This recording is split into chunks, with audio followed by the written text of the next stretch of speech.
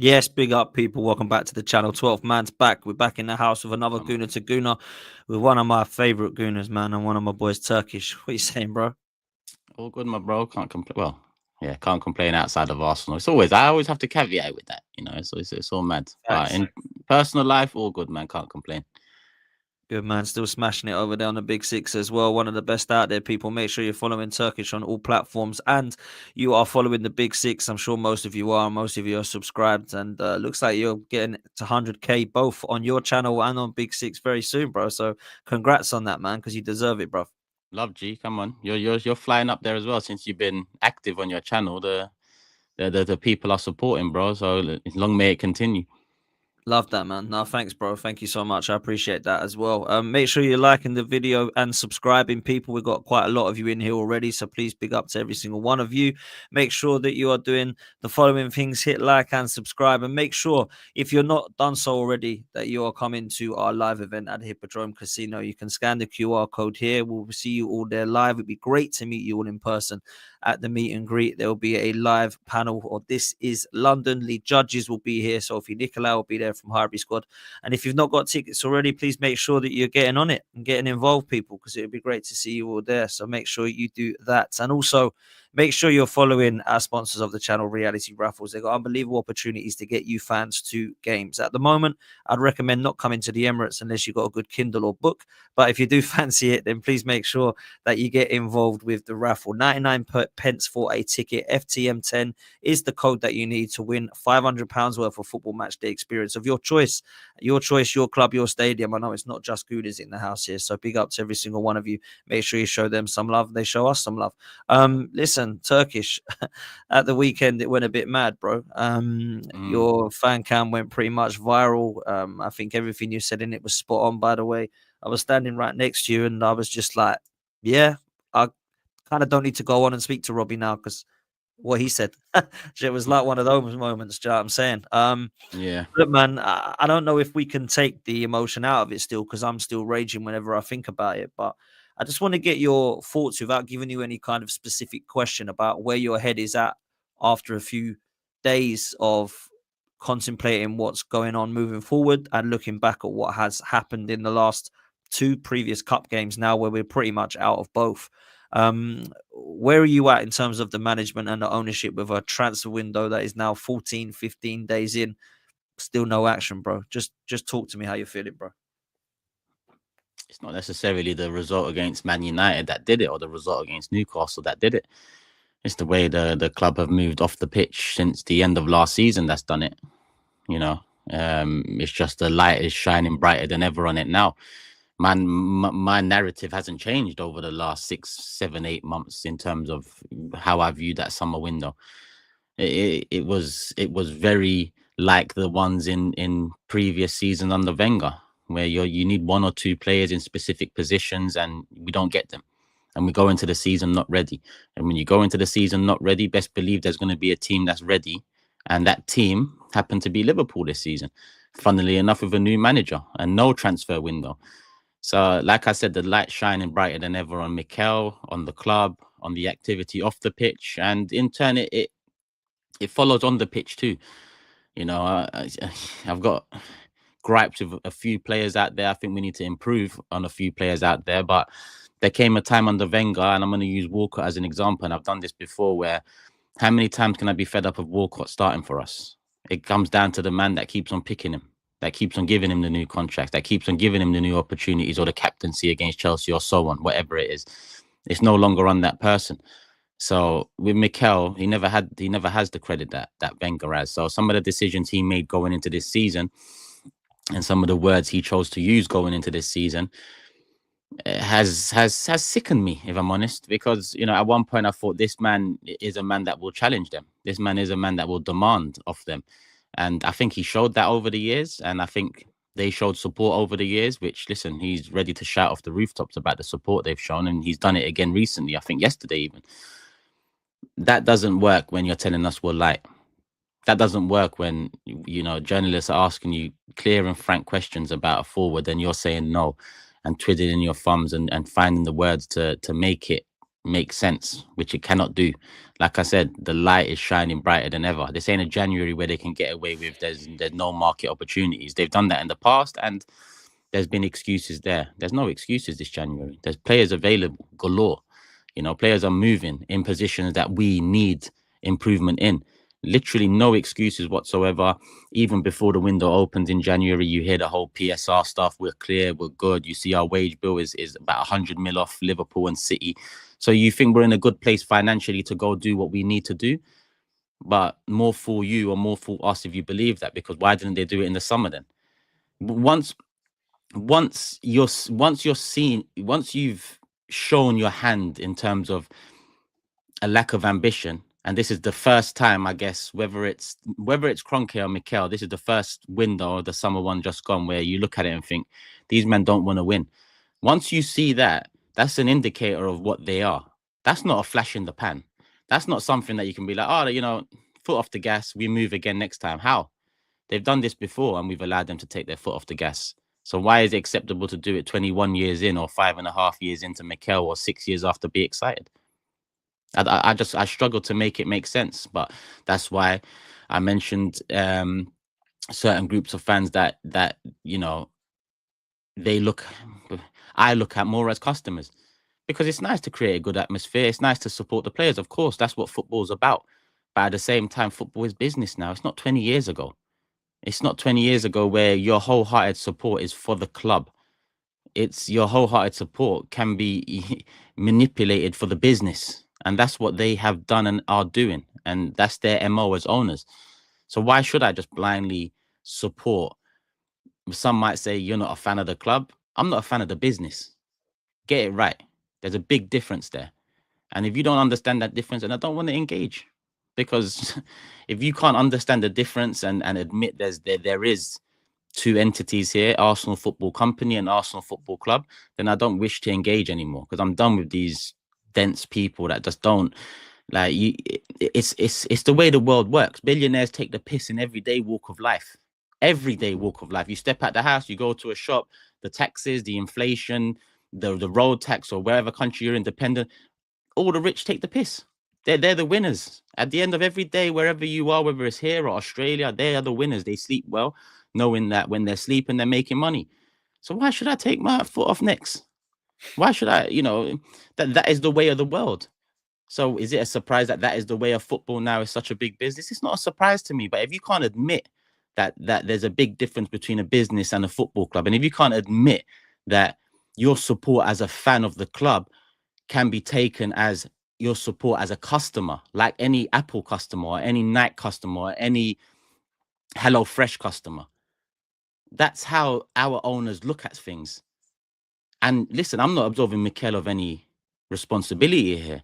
In fact, he is front center of it all, because he comes out and says best owners he's worked for. Now, people are saying it's the only owners he's worked for. How are you going to pull that narrative? He's assistant manager at City. He worked under City's owners. Oh, but he wasn't he worked under City's owners. Whether he was manager or not, he saw what they did for Pep or what they were doing for Pep. He cannot come out and say these are the best owners he's worked with, because that's a lie. And from when you start lying like Wenger did, best football on show, highest ticket prices, he became a liar at the end. We know how it goes. Yeah, man. Look, you've been quite vocal about Arteta being the shield and this new contract being £50 million a year, which I think is absolute madness, by the way.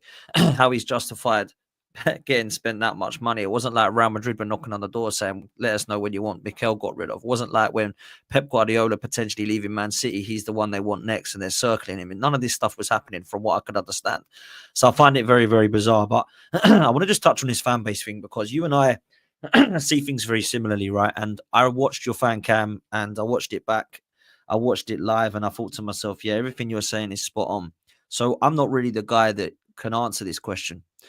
But there is a section of the fan base that think yourself, me, Curtis, Troop, some of the other guys that don't quite believe in the ownership and the process and the manager yet. Mm-hmm. Are toxic and we're negative and we don't deserve to be Arsenal fans and we should go down the road and support Tottenham, which never makes sense to me, and all this crap, right, that we get. What is the message you have for them? Because I got asked this question, right? You've just touched on it very briefly then, that you don't care and you're just going to keep going for it, keep putting in your foot on the necks. I got asked this question, what do you say to them? My answer is, I don't really know how we can be toxic and negative for demanding trophies. Because if we were actually winning trophies, if we were like, let's just say the last decade, yeah, or let's just use Mikel's period of time. Let's say in the 5 years Mikel's been here, we've won 3 Premier League trophies, a Champions League, and 2 FA Cups. You'll get a very, very different Dan Potts Turkish. Trust me, you would. Yeah, I know you. Yeah, you get very, very different because we would have actually had some majors to lift. We've had some trophies, and in the bad times, we've at least lifted something and gone, yeah, we challenged, we missed out, but we've lifted an FA Cup. To go 5 years without a trophy, having spent that much money at every single window that Mikel Arteta is saying he needs to maximize, doing pretty much next to nothing in some of them. I don't see why people believe it is negative to demand better when you haven't won something. That's my message to those fans. Now, I'm all for people supporting the club in the way that they want. And I would never, ever say to a fan, you should not get behind the team. You should leave. You should not do it. I'd never tell people how to support their club. But I think there's a lot of fans that try to tell people like you and I how we should support it and how we should be better fans, how we should get behind this, how we should sit on our hands, how we shouldn't go on platforms like we do and just get on with it because we'd actually be in a better place. And I think that is absolute madness for me, because this is like having a family. And if you've got kids, right? If your kid was doing something wrong, would you just sit on it and go, I'm going to be a good dad. I'm not going to have a go at him. Or would you actually guide him and demand the better from him? You would do that later, right? And I don't think this is anything like having children by any means, but this is an example of something that you want.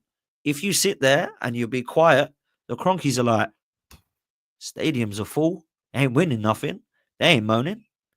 Cool, calm. And I think that's the road we've gone down for too long now, Turkish. Yeah, I agree. Sorry, I'm just in the background seeing Zubimendi something about his deal is done or something for the summer, which is going to take the attention. I've just seen that. Very, very coincidental that that's come out now.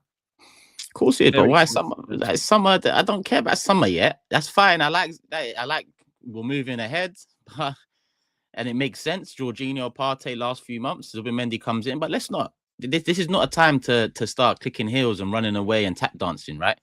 You know, this is a signing for the summer where we know 2 players in that position, one of which has been our best midfielder, are probably on the way out. So it's nice. Doesn't sort our attack out. Doesn't sort the transition out in the 8. I mean, Zubimendi breaks lines well. He's a good passer of the ball, but we still need that 8. But I guess Rice. I mean, actually, if we're signing Zubimendi, then Rice is the 8. Facts, which I don't want. So I'm not interested in that. Unless we play a double pivot of Rice and Zubimendi, I'm not interested in Zubimendi. Double pivot, yeah. But then, Rice can't play in this 8, man. That's another conversation. But Rice in this 8, I cannot stand watching him playing the 8, man. He's not a Fabregas. He's never going to be. He's not going to be a Gerrard. He isn't going to be a Lampard. He isn't going to be one of these guys. For me, he's a 6. He's a destroyer. He's not even a Kante for me.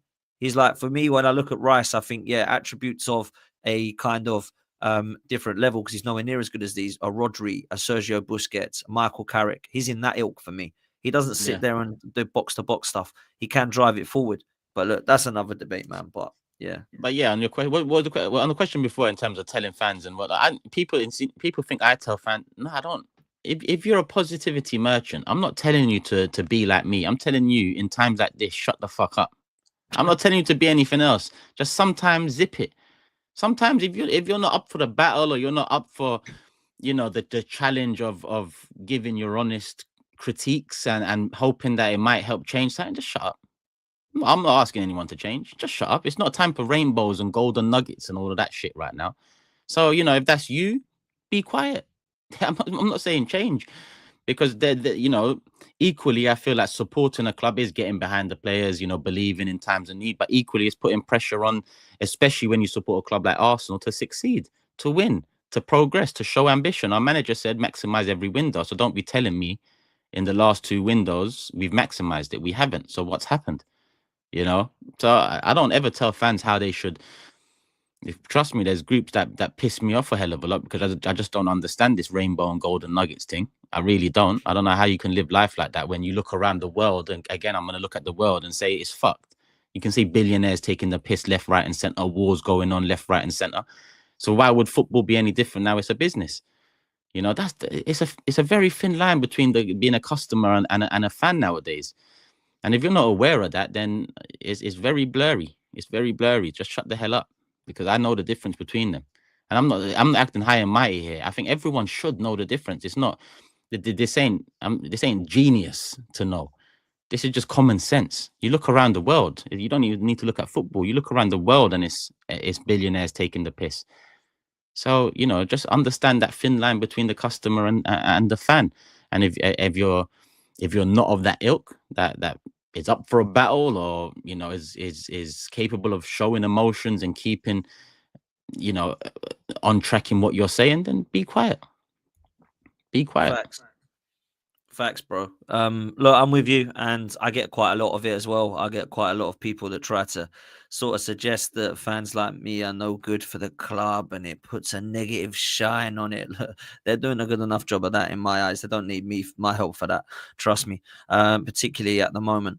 Let's talk a little bit about Mikel, because this season, Turkish, I've seen a lot of pressure put on him because of the style of play. I've also seen a lot of people talk about his in-game tactics and management.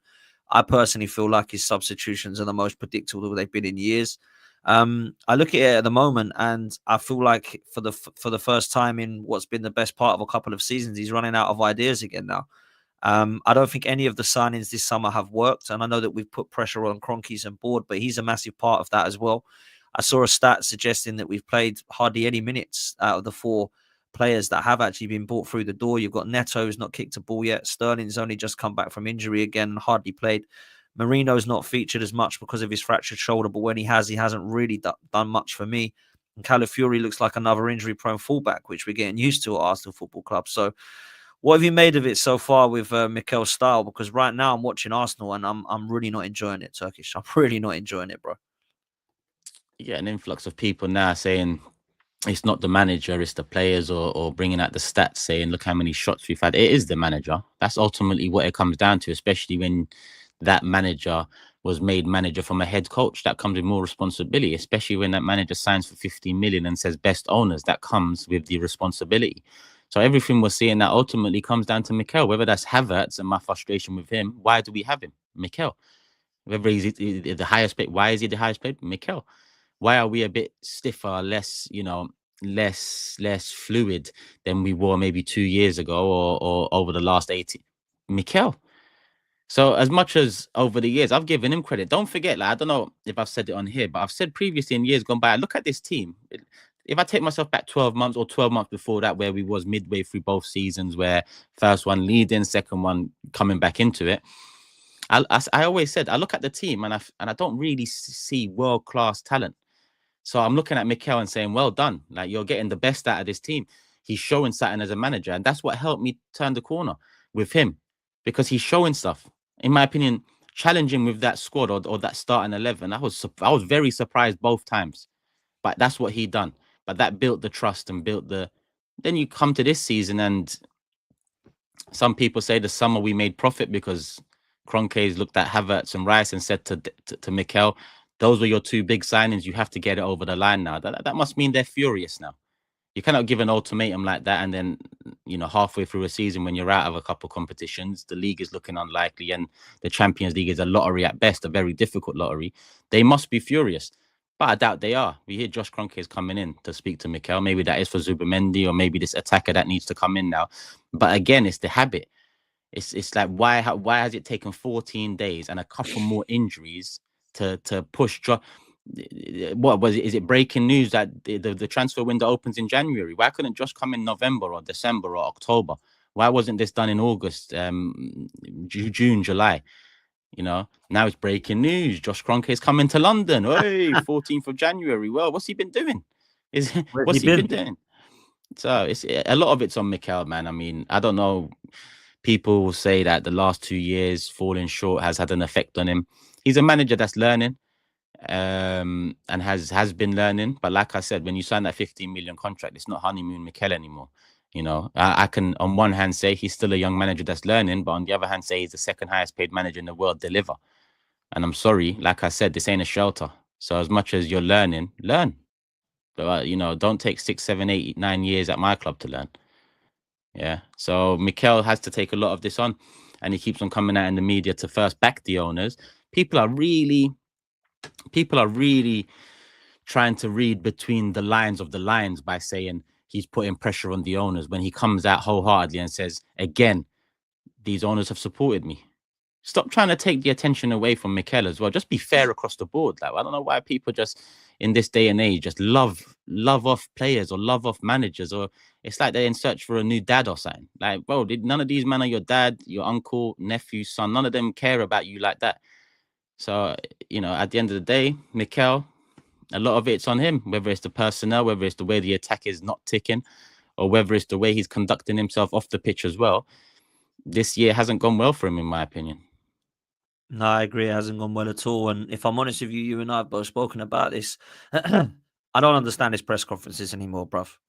I don't understand what happens with him. I don't understand if he starts to lose his head, if he's losing his marbles, or if he's just feeling the pressure. But when you start to come out after losing to both Newcastle and Manchester United, bigging up the players about how much you love them, bigging up about how incredible they've been in the last 3 days when they've just been binned out of 2 competitions, when you start complaining about the match ball that you've scored 11 goals against Bolton, Preston and Palace with, and all of a sudden now because you lost the game, the ball's different and it flies over the bar every time you're kicking it.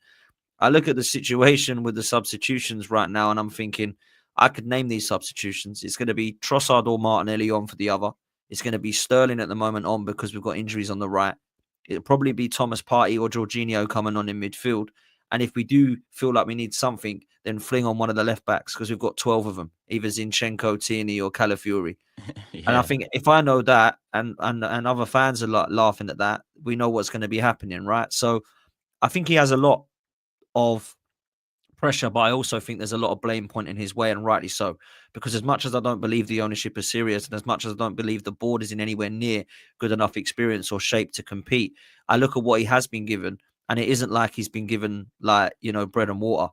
This guy's been delivered. I wanted Rice, I've got Rice. I wanted Ben White, I've been given Ben White. These are a lot of players that are coming in. Odegaard, he wanted David Raya on top of already having a good goalkeeper in Ramsdale. He wanted to put Gabriel together with Saliba. He wants, 5, 6, 7 left backs that he's had on top of the 5, 6 goalkeepers that he's had.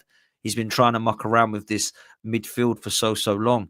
We're in a position, I was just speaking to Tobes on the North London Derby preview, talking about how we've had a few injuries in defence, but we've still been able to quite comfortably put out a back 4. Why aren't we like that in attacking midfield? Because we get 1 or 2 injuries and we're absolutely flattened. Now, I still don't think we are quite ready in defence, funnily enough. However, at least we've got players and adequate cover in some positions. I don't think we've got adequate cover in the midfield and the attack. And I don't know if that's down to Kroenkes or if that is down to Mikel. I still can't answer the question of, does Mikel want a 9 and the Kroenkes aren't offering him it? Or, you know, which one is it? Does Mikel not want a 9 and the Kroenkes have said you can have it if you want, but no, I don't want one. I want to play with Havertz or Jesus. And that leads me nicely on to those 2 players. I think both of them have been flops, bruv. Yeah. A lot of people have spoken about Jesus being a really good signing, and we bought Lacazette for 50 million. I'd rather have Lacazette right now. Real talk. I look at, comfortably. I look at Kai Havertz at 65 million. You bought him in to replace an upgrade on Xhaka. He couldn't do it. Then you put him at the 10 for a bit. He couldn't do it. He went to 9 at the back end of last season, started to contribute, but I always thought he was a contributor of the squad. And I will stand by it. I'm quite happy for him to stay as a squad player. I don't mind him coming on for half hour or 25 minutes to try and change up a game. But when you're starting him, you might as well just go back to the 2016 Giroud days. And that's what I get vibes of, man, when everyone was crying out for a proper 9 and Giroud was that sub you bring on. I think we've gone full circle with that again. And at the moment, bro, I'm starting to see him playing on the wing. I don't understand what this guy's doing, bro. So talk to me about it, man. This department that I don't think he's managed to actually complete a department yet, I think is true. I look at the midfield and I need a lot more. And I look at the attack and I need a hell of a lot more, bro. I agree. I mean, even Zubimendi, I like him, but it doesn't. I mean, it replaces a problem that's on the horizon with Partey leaving and Jorginho leaving. It doesn't solve the 8 problem that we have, that we don't have an 8 that's actually proficient in the final third on the attacking front. You know, so as much as Zubimendi's nice, it's a nice smoke screen. Oh, we're getting a midfielder that a couple of teams tried to get that they couldn't get. We're getting him in the summer. Okay, another midfielder, year-on-year midfielder. We've had year-on-years left backs and all of this stuff over the years. So when is the attack going to get, you know, taken care of? Summer 23, we buy Rice. Summer 24, we buy Marino. Summer 25, we buy Zubimendi. It's summer 22, we sign Zinchenko. 23, it's someone else. It's 24, it's Calafiori. Goalkeepers. Every other position, it seems like they've rolled in and out. A few names have rolled in and out. A few profiles have rolled in and out. In the attack, nah. Because let's not forget, Havertz was an 8 signing. He was a midfielder signing. If anyone still argues that, have your head checked, because go and check the quotes from Mikel. He said when he signed Havertz, it's an addition to the midfield. It didn't work. He put him up top. He's trying to make it work. It's not going to work. He's a utility man at best, and at best off the bench utility man. He ain't a utility man like James Milner that you can start him for 30, 35 games a season in different positions, and he's gonna help win you stuff. Havertz ain't that guy. He can help you win duels or create space or whatever nonsense people want to bring out in 2025, but not good enough to start. Jesus, a bit different, unfortunate quality footballer in terms of pure footballer. The first 6 months, we looked very good. And that's without him really banging in goals. Let's not forget, in the first 6 months, it wasn't him banging in goals. That it was the style of play through him that we looked at and was like, okay. And then the ACL happened. And ever since the ACL, it's been good night. So both have been flops. And you consider both are now on a combined total of about 525K. That's insane to me. Like from resetting the wage bill from Ozil 350 and Oba 350 or whatever it was to landing in 2025 on Jesus and Havertz on near 600K does not make sense to me. I mean, if I could, I'd move on both in the summer. I don't think they are going to, but number one, Havertz is never going to be good enough for the starting 11. And for a bench player, as much as I think he could be useful, 275K, no chance. You don't pay a man on the bench 275K. And with Jesus, injuries, that's the reason. Either way, I think both need to be gone. If Havertz was on 120K, let's say, yeah, I'd be sitting here and say, get rid of Jesus, Havertz be the backup 9, backup 8, backup whatever, backup utility man. I'll be all right with that. 120K, do that. We paid Eddie 100K. So I'll be all right with that because he can come on and have an effect like Trossard does, for example. But because he's on 275, it's not a, yeah, he can be a bench player, squad player. Nah, yeah, we're not Real Madrid. That how are we paying squad players, bench players 275? It just do you know our club or not? It's not going to work. We don't have the capacity for that. So we're going to have to tough decisions. Massive tough decisions, man. Look, there is a David Ornstein tweet that has literally just broke, which is in relation to Zubimendi. It does look like this is pretty much a done deal for Arsenal in the summer. I'd love to say that I'm massively excited by this. It says that Arsenal are pursuing a deal to sign Zubimendi from Real Sociedad. Arsenal are working on landing the 25-year-old midfielder next summer for a considerable period and have reignited their long-term pursuit during the process of recruiting Mikel Merino. This has come from The Athletic and Sammy Mockbell, so from Ornstein as well, pretty reliable source that looks like we're favourites to get Zubimendi in the summer. You're right, Turkish Party and Jorginho probably will be leaving, meaning that he will be the 6, Rice will be the 8 with Marino, and then obviously Erdegaard in that 10. What do you make of this? Because I actually get frustrated now. One, I'm annoyed because it's the summer move and it's nothing in January. The other thing that frustrates me is I'm not going to see Declan Rice in the 6 for Arsenal in his career. I'm going to be forced to see him trying to make him into a Fabregas and putting Zubimendi there. Like, what do you make of the balance in that midfield if we was to bring Zubimendi in, bro? I think part of the problem in attack is our midfield. Facts. And you're right. I mean, listen. If the plan, I'd prefer this plan. Zubimendi comes in and Zubimendi and Rice are our 6s on rotation, depending on the game, either or starts and some games double pivot. They've got everything needed between them to be able to do the double pivot job together or to do the single role, depending on the type of game. That would put Marino as backup 8, in my opinion, and then you go buy an 8 that's actually got a bit of sauce about it.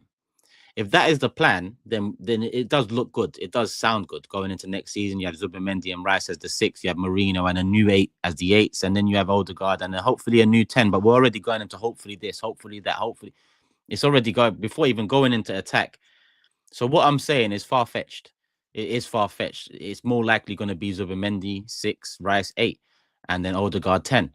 But like I said, I feel like midfield is a part of the problem for the attack. So does it solve that? No, but maybe I'm wrong. Maybe we do sign an attacker and the attack is the attack's problem, not necessarily the midfield being the attack's problem, or vice versa. I like Zubimendi, but it's for the summer. It's for next season. Do I still believe there's much to play for this season? Of course there is. Pride number one, and trying to capitalize on any slip ups from Liverpool potentially, and maybe a nice Champions League draw. But the hope on this season is dwindling a little. I think the least we can do is get a couple bodies in now that will be complemented by Zubimendi in the summer, and then our work becomes less, because we're in a position where we need like 5 players, bro. All of a sudden, 5 players.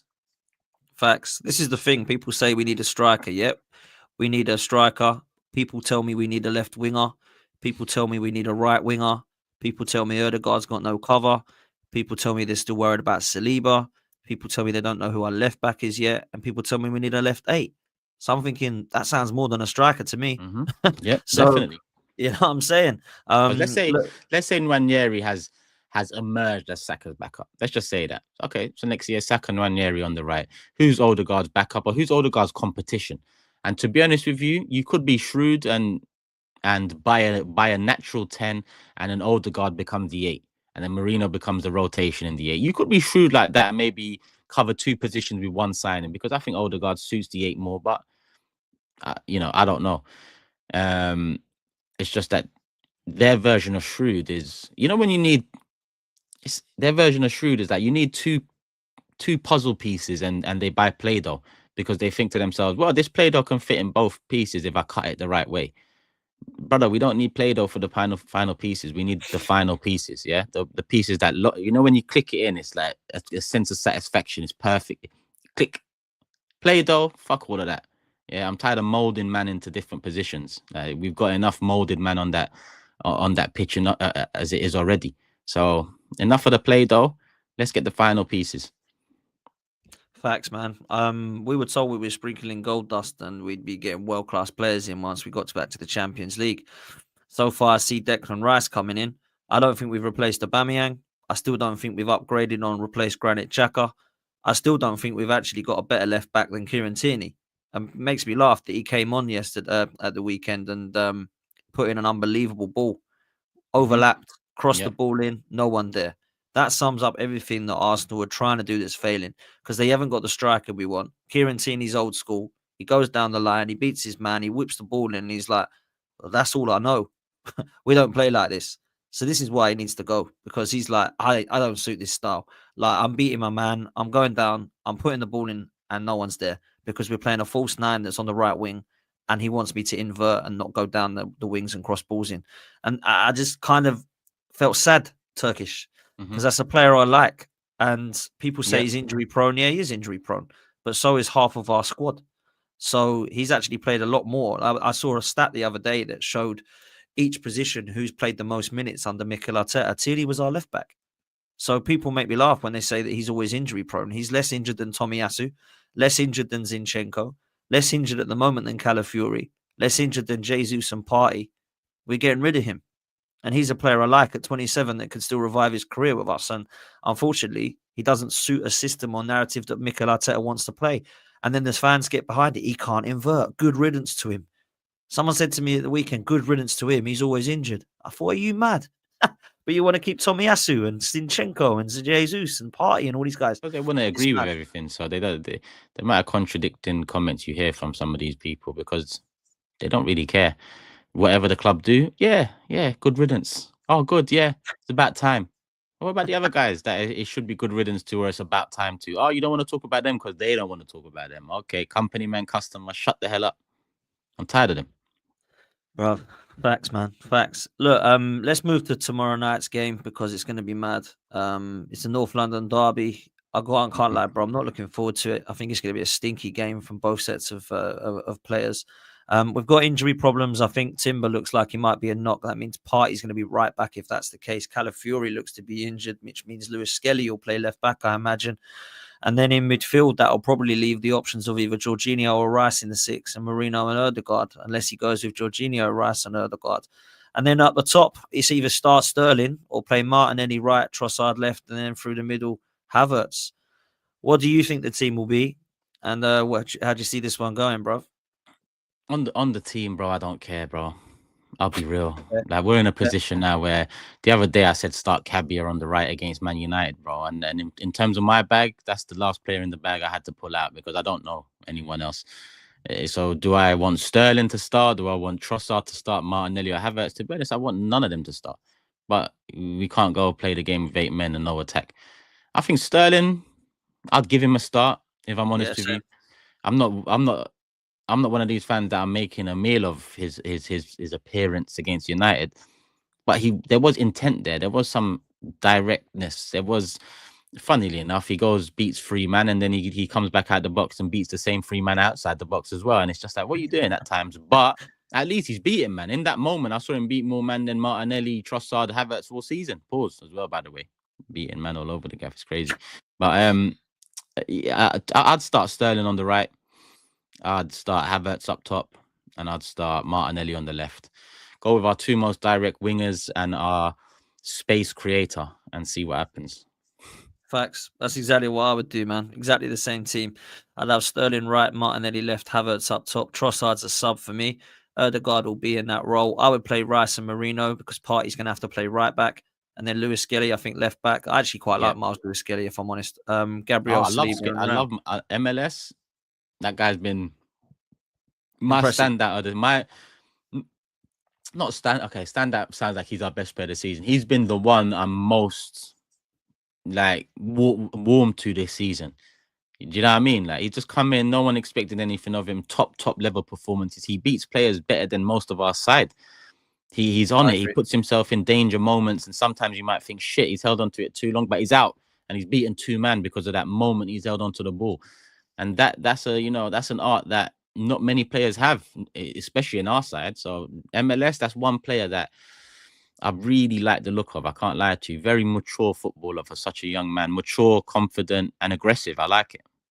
Facts, bro. I'm with you 100%, man. Look, if Timber's fit, he plays. Partey goes back into midfield, but there's rumours that Timber's got a knock, so I don't know if he's 100% fit. It looks like Calafiori might be out as well, so I have to see what happens there, man. Are you expecting a win tomorrow night? Do you think we'll win? What are you saying, bro? I'm going for draw, bro. Same. I'm going for draw.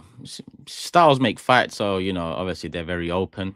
But I feel like since our attack has become weaker and weaker and more susceptible, I feel like our defense has a lot more to deal with. Even Ipswich, that 1-0, if you look at the last 10 minutes, there was a lot of space in the midfield, the transition. Ipswich had a few attacks that culminated in nothing. But over the last few weeks, I've been seeing Brighton, Ipswich, same again against United, where there's space in centrally for teams to work into and attack us. And I feel like Tottenham love that. Now, obviously, quality-wise, I feel like Tottenham have a quality attack, but defensively, they're injury ravaged as well. But then it comes to our attack. Can we punish them? I think first goal is very important. If it's us, we win it. If it's Tottenham, I'd say draw. I'm going to go 1-1. I think it's going to be stinky, bro. I really do. I don't think it's going to be fun whatsoever. I say 2-2. You go for Desmond, yeah. I just don't see us winning the game. But unfortunately, I'm so down about it at the moment. I'm so deflated. There's no confidence for me going into these games, bro. It's just crazy. I hear you. Let's do these super chats, bro. Violent says top wingers are now comparing Sir Alex Ferguson's first 6 seasons at United to Arteta's time at Arsenal. Disgraceful copium, man. Yeah, I can't even lie. I don't know how you can They moved from Klopp done it in 4 years to Ferguson's done it in 7 years. What's next? I don't think there's anything. Mate, there'll be something else next year as well, bro. You know it. Suj, big up to you, bro. Regular listener, regular super chat. You're a legend, man. Says big up to Dan and Turkish and to the real star, Little Z. We know every window we need to reevaluate and refresh. I don't think that's been done adequately. It's just tiring. Love for the love. Facts. Facts. Every window is like this, man. Love Suj. Dial Square says, I'm older and I've seen us win, but I understand younger fans who don't have the same expectations. How can they have that entitlement when they haven't seen it? I blame the board for lowering the standards, and I blame some of the fan base for lowering that standard as well, by the way. because it seems now all of a sudden that we've just lowered the standard of having to win. So it takes time, and we've got to have phases and processes, and it takes a certain amount of windows, and you've got to back managers like blindly, reward failure. It doesn't matter to me. It's all rubbish. And you're right about the younger fans, by the way, who believe that second place is an unbelievable achievement because they're used to 8th, 8th, and 5th. I'll say that. It's just the way it is, bruv. You know, when we were growing up Turkish, we were walking out of Highbury coming second in morning. Do you know what I'm saying? Yeah. It's crazy, bro. It's crazy. AMD says, mistake to sack him now. I don't want to risk destabilizing our club even more and lose out on top 4. Give him to the end of the season. And then he's put the owner's thumbs down. I actually agree with this, by the way. I think I've said he gets till May. Win me a trophy in May and we'll talk. Otherwise, that's what I said. But if you don't beat Tottenham and Villa, then Monday, see you later. That's where we're at now. I said the door's the end of the season, but you don't beat Tottenham and Villa, Monday, au revoir. Hasta la vista. Gula, whatever language you want to use.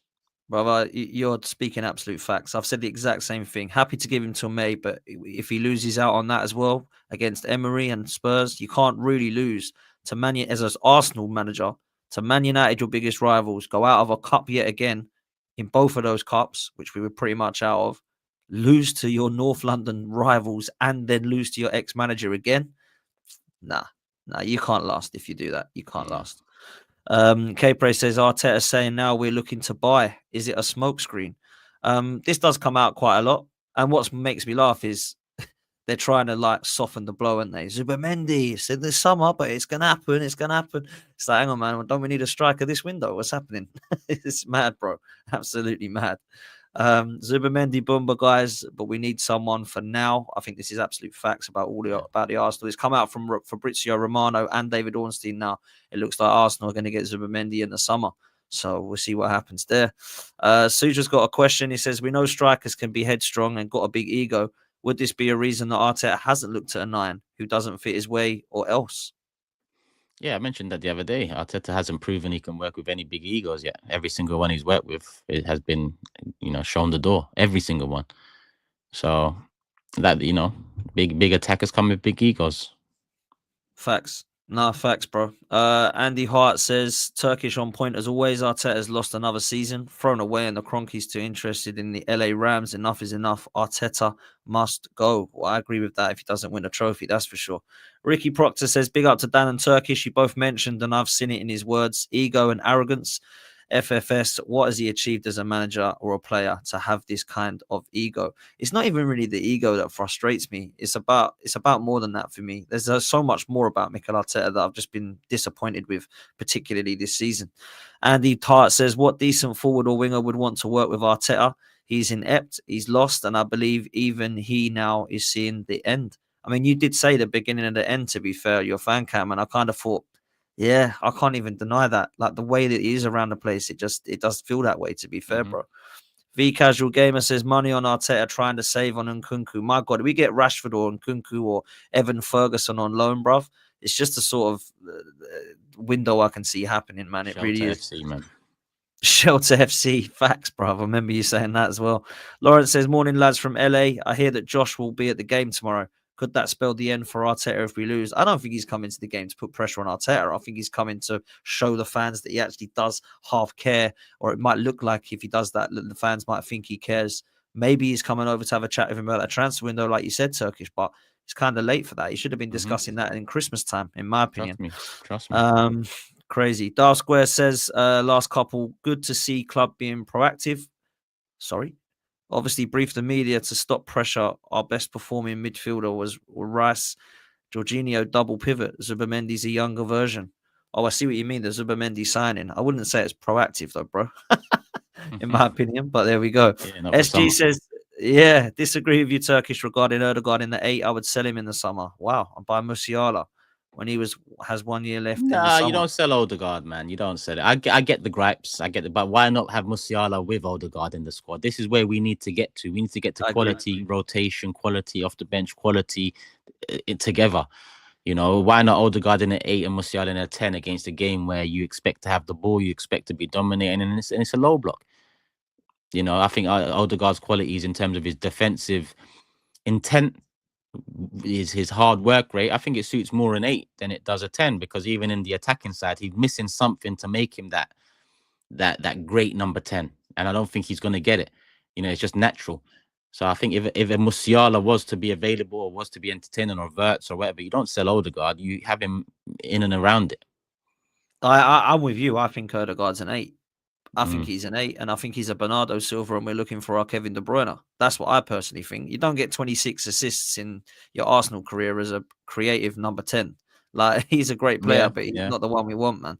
Last super chat says, Lawrence, do you believe the story about Edu being sacked by the club didn't resign as early reports state? I know what your thoughts are about this, but I just believe there's a culmination of stuff. I think he's looked at the power that Josh Kroenke's given Arteta and thought, not sure I'm happy with that. Looked at the opportunity at Arsenal, seen that he's staying put and there's not really a progression route for him.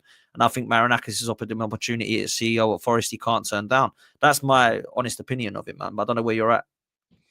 It's funny that all of a sudden in January it comes out that, or it's coming out that Edu was sacked. Guess what that comes out with off the back of it? Oh, it must have been Edu that left us light in the summer. So easy of an excuse. Edu left, and there could be many reasons for it. It could be that he was the major player in a summer that didn't go our way, or it could be that he saw Mikel getting a £15 million contract and thought to himself, I get probably as much stick as you with these transfers. I might as well go there and get more money and stay out of the limelight a bit. Or he wasn't happy with it himself. There's no facts to prove either or. So I don't believe that all of a sudden 6, 7, 8 weeks after the news that he has left his role, it's coming out that we've sacked him. If that was going to come out, it comes out then. Why does it come out 2 weeks into January? Because guess what? It's time to divert their attention away from what's really happening. Nothing. Facts, bro. Facts. I just honestly, I don't understand it at all with the Edu thing. It's, hope one day will come out, I'm sure. Listen, people, there's well over 2,000 of you in here. Make sure you do me a favor and hit the like button. We've got nowhere near as many likes as we need, man. So let's get the likes up to 1,000 likes, people. And big up to every single one of you for being here. Look, we've got to wrap it up because I know you got another stream, my bro. So I'm gonna leave it there. You're heading over to Kurt. Is it your channel or Curtis? It'll be on my channel. I've had to move it 15 because I've just got to check on Little Man. But yeah, 1:15. Cool. I'll be going live on my channel. There we go. Love that, man. Make sure you head over there, man. Send you guys over to Turkish at just after 1 o'clock. So make sure that you're over there with him and Curtis talking all things to Arsenal. Obviously, the news has broken now that there's Zubimendi rumours. I will be probably doing a show later on tonight as well to talk about that. The Arsenal roundabout will be back tonight with all of our panelists. So please make sure that you're there. 10 p.m. that show will be going live. So listen, bro, big up for coming on, man. I know it was mad trying to move things about and both of us are busy, so I appreciate your time as ever, Turkish. No, I love, man. Sorry I couldn't be longer, man. Obviously I owe you another show because 45 50 minutes. Yeah, we could have talked for longer. Nah, come on, man. I appreciate all your time. You know that. And so did I know the guys do as well. So big up, people. Make sure you're following Turkish LDN on all platforms. The Big Six, you know where it is. That's on Mondays and Thursdays. Best show out there, in my opinion. So make sure you're out there watching all of the guys on there. And make sure you're hitting the like and subscribe on this one. And we'll be back later tonight. I'll see you then. Take it easy. We're out of here, people. Love.